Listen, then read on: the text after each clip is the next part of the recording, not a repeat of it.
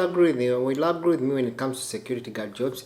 You find that individuals or nationalities may be definitely, all of us may be receiving different salaries according to what we call being given by our employers. However, something that definitely should understand, there are different salary negotiation tips. That definitely, most of us, when we are given what we call an offer letter or given those opportunities away from our countries where we come from, we find that all of us receive what we call different offers, which we accept to sign, and definitely that's what will be paid by. However, something that definitely should understand, in this video, we are going to provide you what we call the essential insight, the complication.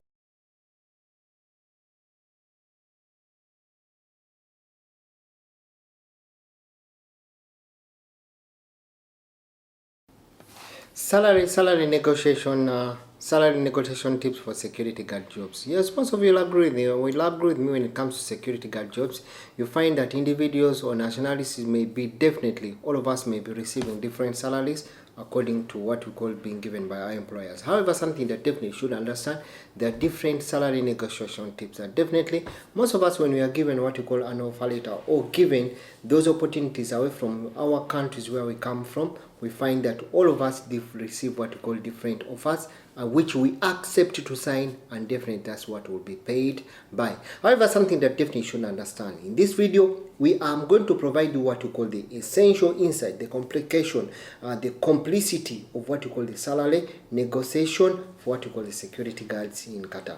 I'm going to equip you with some of the basic skills that definitely should understand a potential strategy to enable you to negotiate your salary for security guard, or enable salary for any recruiting company. Let's say, for example, you're first comer into Qatar for the first time. They definitely to know what you definitely should understand what you know. However, when you look at salary negotiation, it's going to depend where you are going to work. There are some key industries like, for example, construction, energy and gas, and the rest, hospitality. You find that the salary negotiation will be very different. Most of you will agree with me, when we are recruited, either you are recruited away from our country, you find that recruitment agents or that company may be recruiting security to go and work in the energy sector or to go work in hospitality, maybe hotel. You find that negotiation or the job offer that will be given will far different from what definitely to expect. So you find that the negotiation, the skills that you get to negotiate, and when you accept to sign the offer,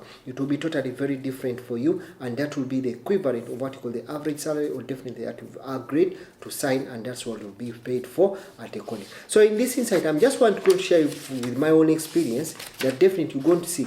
First of all, something that definitely we should understand, let us try to look at what could be the average salaries. What could be the average salary ranges? The typical monthly average salary ranges for security guards in Qatar.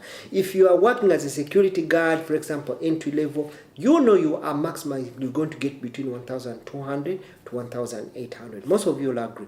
If you are working as a senior security officer, you will have between 2,000 to 3,500. Then if you are working as a security supervisor, it may be 3,500 to 5,000. And this also is going to depend on what we call the company that hired you. Then we look at CCTV operators, have ranges between 2,000 to 3,500. Then when you look at, I think the last one, which comes the security manager, which gets around 7,000 to 1,000 to 12,000. So plus, it can be 12,000 plus. That's what you call a security manager. Remember, when you're talking about salary may be depending on what you call the company. It can be government, private, and even what you call a facility management. Nationality and experience also matters for you to have what you call salary, or depending on what you call the salary, you will agree. Most of you will agree with me, you are working in security companies with the different nationalities, but you may find that you are getting a lower salary compared to the other nationalities. Well, we can also look at the consideration of being what you call the government negotiation when it comes to manpower recruitment for those particular countries where those individuals are coming from, which are a little bit very stricter. However, something that you need to understand, before you look at what you call salary, before we try to navigate what you call the salary negotiation tips, how much you're supposed to get, what is the average cost of each and everything, let us try to understand what is included in what you call the offer letters. Most of you, in those offer letters that are being given to you to sign on the first time, you'll find that it is only what is included will be what you call the basic salary, and also they will be inclusive of what you call accommodation allowance the company will provide for you. There's transportation allowance, there's a food allowance, which may be a meal or two that may be provided, then which will be included what you call overpay, air ticket every after 1 to 2 years, depending on your position and depending on the company, then also what you call gratuity, end of service bonus. Most of you that have received what you call offer letter, security offer letters, you've signed and you've seen such kind of information from the basic salary, accommodation, transportation, food allowance being mentioned to you. So meaning that always you need to clarify, you need to first check and see, is there any extra that is not being mentioned out of what you call the offer letter that you think will give you the higher salary, then mention it out and agree, or before clarify it before you definitely get to put a hand or signature on that offer. However, something that you need to understand, what are some of the negotiation points, or what should you consider?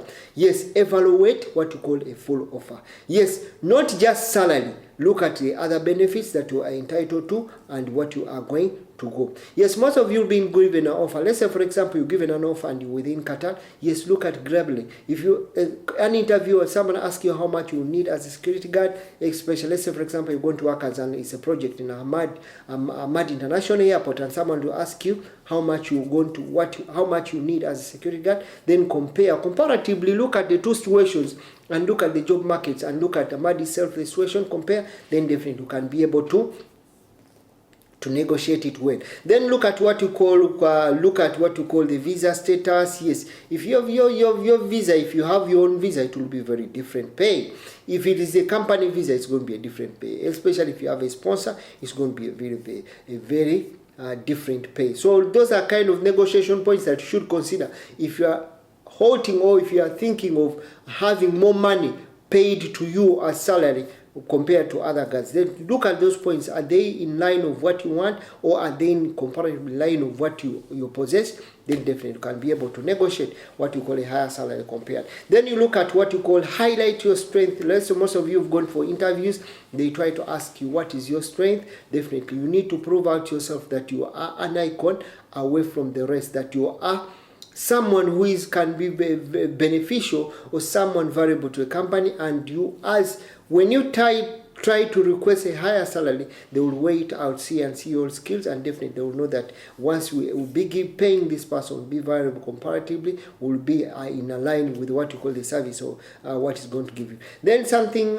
you need to understand, when and how to negotiate. Yes, the best time to negotiate is after what you call a job offer. When a job offer is being given to you, then you can negotiate what you call a salary before even signing it, or even before signing a contract. Most of you, before even proofreading what you call a job offer, you've already signed and agreed. By the time you get to realize, yes, you've even signed the contract, you've accepted the job offer, everything's being given to you, then you have to complain the salary is little as compared to what you thought. Then also something you should understand, when you want to negotiate what you call security guard salary, then you need to be what you call respective, and you have to be realistic. Yes, don't ever neglect to give unrealistic figures. Let's say, for example, your first entrant into the security field, and definitely you will ask for your sponsor, or you'll ask the person interviewing you or the person willing to give you the job to give you 5,000, definitely. And yet when you look at security guard basic salary according to the market rate, it's between 1,300. That should be the basic for 8 hours, including the other allowances, which may include food and also accommodation being given to you. So if you say 5,000, you've gone over the rate even of what we call the basic salary. So you are being unrealistic and aggressive of what you call money in that regard. Then also when you are negotiating what you call salary, especially in the perspective of what you call negotiating salary, then you should be act a little bit, should phrase it out what you call professional. So you find those kind of challenges also. Those skills also will give you an insight of what definitely you need to understand. Then let's try to look at the legal protection, the rights. Then we look at What does the labor law require? When you look at the labor law, requires only what we call timely payment of salary, annual leave, and tickets every after 1 year. If it is agreed in the contract and it was agreed in offer letter, then also overtime pay, end of service gratuity, and no authorization, unauthorized deductions. Yes, if it was unagreed in offer letter and in the contract, yes, in case of anything that is being violated outside this bracket, whereby there is no timely pay of salary, most of you in security guard companies, and they've taken even 3 months not paying your salary, and you're there, and yet when you look at the contract, when you look at the job offers, it was supposed to be paid you monthly in any other. Then some of you have not taken what you call annual leave, and you've not even given any ticket, and some of you have not even been paid over overtime, or overtime pay has been violated, and some of you even you've ended up being terminated or ended up going out, and even end of service gratuity not being paid to. Even there've been what you call unauthorized deduction. I personally was in a company that was unauthorized deductions, which would always bring to me an alarm with the supervisors, asking them to explain thoroughly what could be the problem. However, something that you definitely should understand, if you really need what we call a higher salary in the security guards field, definitely there's a lot of things that definitely you need to understand and you need to do. For example, you have certification. For those people that have a higher certification, more extra certification, you'll find that you will have a higher salary. For example, first aid and CPR training, fire safety training, that's civil defense, CCTV monitoring system certification. Then also we look at CIRA or PCB for people who are in UAE, and trained security guard, not mandatory, but respected in one or the other. However, what could be my final tips when you're looking at salary negotiation for security guard? If you wherever you may be in Qatar, you may be in the Gulf country, you may be in Saudi Arabia, you may be in Dubai, you may be in Abu Dhabi. What is my final tips? Don't rush to accept, to sign the offer letter.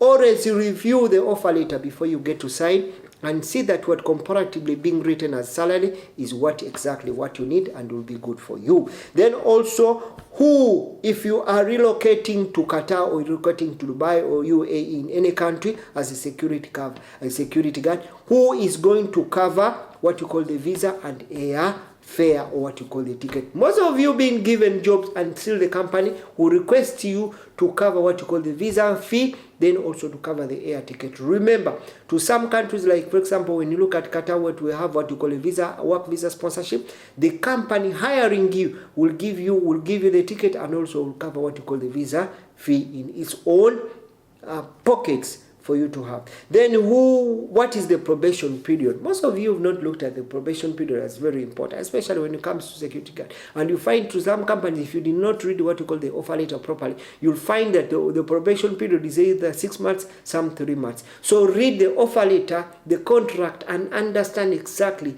what could be the probation period, such that you don't come to loggerheads with what called a sponsor. Then you look at accommodation standards. Yes, you find that some companies they promise you something else and you find something else. Some of you will agree with me with the what call some companies.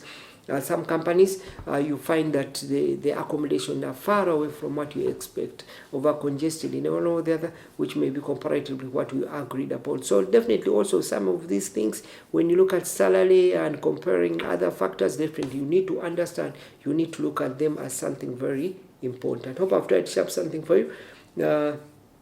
Regarding salary negotiation tips, and definitely what you need to understand. Remember, Stories makes trying to give you the very important information guide living in Qatar, living in the small Gulf countries, and definitely what you to understand and what could be the best option